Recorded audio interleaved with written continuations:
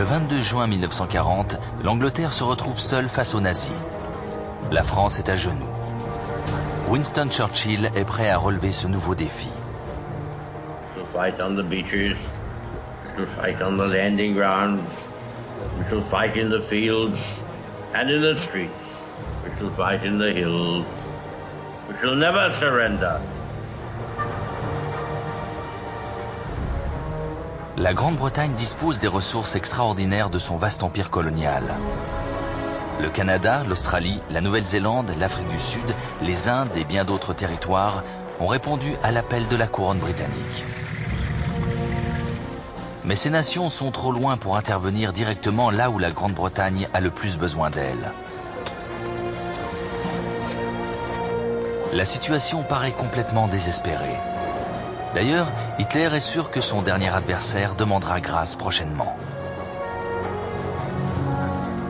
Mais Churchill lui démontre qu'il ne renoncera pas si facilement.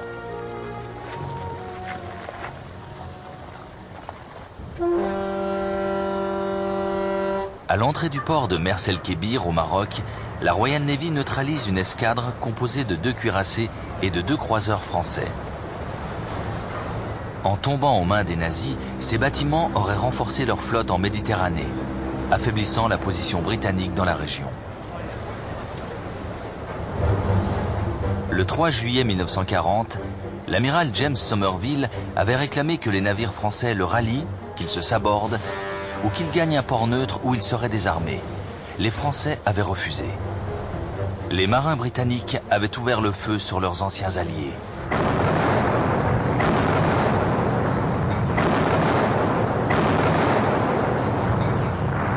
Détruisant ou endommageant 3 des navires de la flotte française. Plus de 1300 matelots français devaient périr dans l'attaque. La détermination de Churchill n'impressionne pas Adolf Hitler.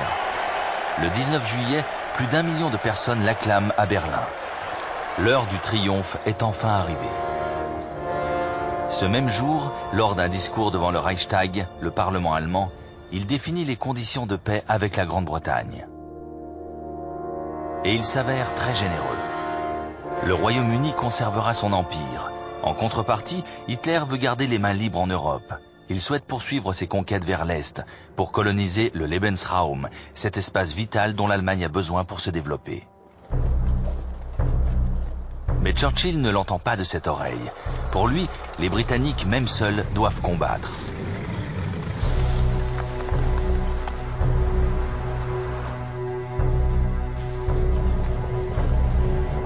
La détermination du Premier ministre inspire la nation.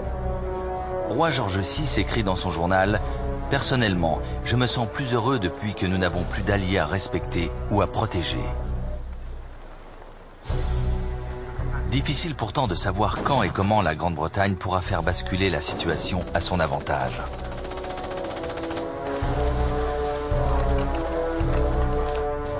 Certes, l'armée britannique a survécu à l'épreuve de Dunkerque, mais lors de l'évacuation, elle a perdu la plupart de ses chars, de son artillerie et de ses moyens de transport. Elle ne possède plus que 25 divisions armées de fusils pour faire face aux colonnes blindées de la machine de guerre nazie. Il n'y a rien d'autre à faire sinon se retrancher et attendre. La défense côtière est renforcée. Le sud du pays se couvre de fortifications. Les panneaux de signalisation disparaissent du bord des routes. Un éventuel envahisseur aura du mal à trouver son chemin. Les zones de parachutage sont couvertes d'obstacles empêchant les atterrissages. Une armée de volontaires, la garde nationale, est levée. Elle réunit tous ceux qui sont trop âgés pour être mobilisés dans les troupes combattantes.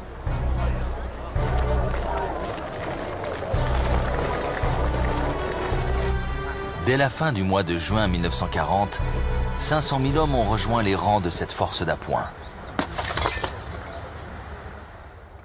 Au même moment, Hitler parachève son plan d'invasion, une opération audacieuse au nom approprié, Lion de mer.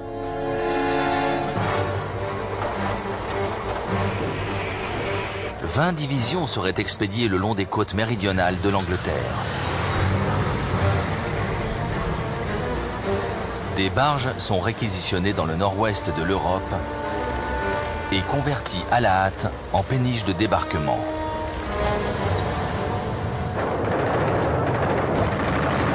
Les troupes sont entraînées à la manœuvre.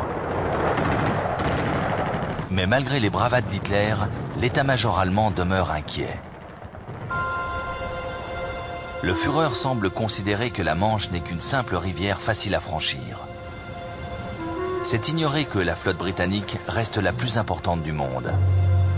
Bien sûr, elle est déployée sur tous les océans de la planète, mais malgré cela, les navires défendant les îles britanniques surpassent encore en nombre les forces navales allemandes.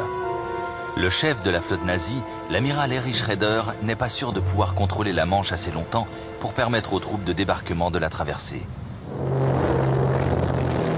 L'armée allemande possède pourtant un atout de taille, la supériorité sans conteste de la Luftwaffe.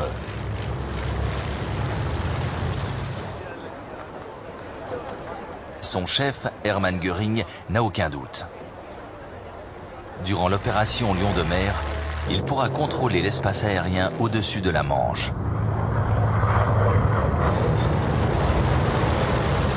Le 10 juillet, des meutes de chasseurs allemands débutent leur raid sur les navires empruntant le Channel.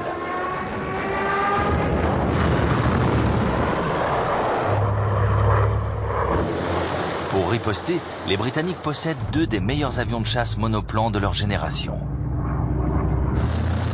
Le Spitfire Supermarine et le Hurricane Hawker.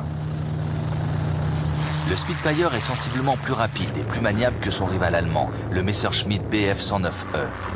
Il doit intercepter les formations de bombardiers escortés par les chasseurs nazis. Le Hurricane va devenir la terreur des bombardiers allemands. Mais en juillet 1940, le vice-maréchal de l'air, Hugh Dowding, le chef des forces aériennes britanniques, ne dispose que de 700 avions de chasse. Ils doivent faire face à 2600 chasseurs et bombardiers nazis. Dans la partie qui commence, Dowding sait qu'il devra jouer très serré.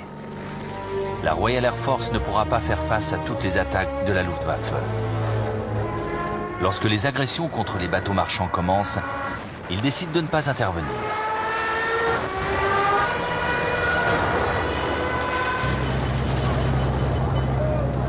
Il veut empêcher que l'Allemagne n'établisse sa suprématie dans les airs, premier pas vers l'invasion du Royaume-Uni.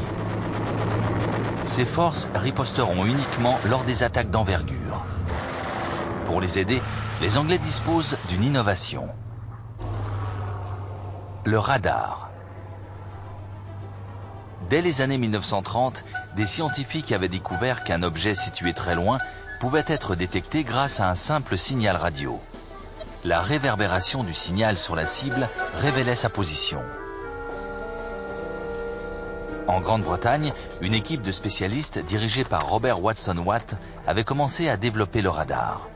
Son but, repérer l'approche d'une formation aérienne ennemie à longue distance.